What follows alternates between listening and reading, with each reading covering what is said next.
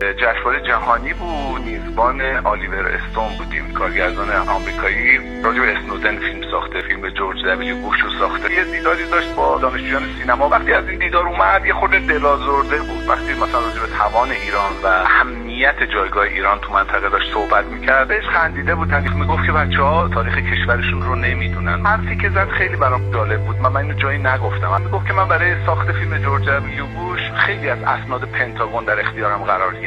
در مورد اتفاقات بعد از 11 سپتامبر به یقین رسیدم که هدف اصلی حضور آمریکا توی خاورمیانه تو اون تایم، کشور اصلی که براش نقشه داشتن ایران بود. گفت ببین فکر نکن اونها با جمهوری اسلامی مشکل دارن. بیشترین مشکلشون با جمهوری اسلامی اینه که توان یک پارچه نگه داشتن ایران رو داره. گفت که ژئوپلیتیک ایرانه که مشکل ایجاد کرده برای طرح‌های شومی که اونا برای خاورمیانه دارن. درسته که با حکومت هم مسئله دارن، با گفتمانش هم مسئله دارن، ولی اولین چیزی که میخوان بشکننش ژئوپلیتیک ایرانه. یعنی جایی که شرق و غرب و شمال و جنوب رو به هم وصل میکنه. خب این هضم هر نقشه جدیدی رو دشوار میکنه بر توسط اونها. خب حتی منابع انرژی شما هم اولویت دومشونه. چرا این خاطره رو گفتم؟ بعضی از دوستان تحلیلایی میکنن که ما انگولکشو کردیم، ما گیر دادیم، ما فلان کردیم، به خاطر این چوب رو داریم میخوریم و اینا. مطلقاً اینطوری نیست. اگر هر حکومتی مثل جمهوری اسلامی هم بود، اینها این بلا رو سر ما میآورد.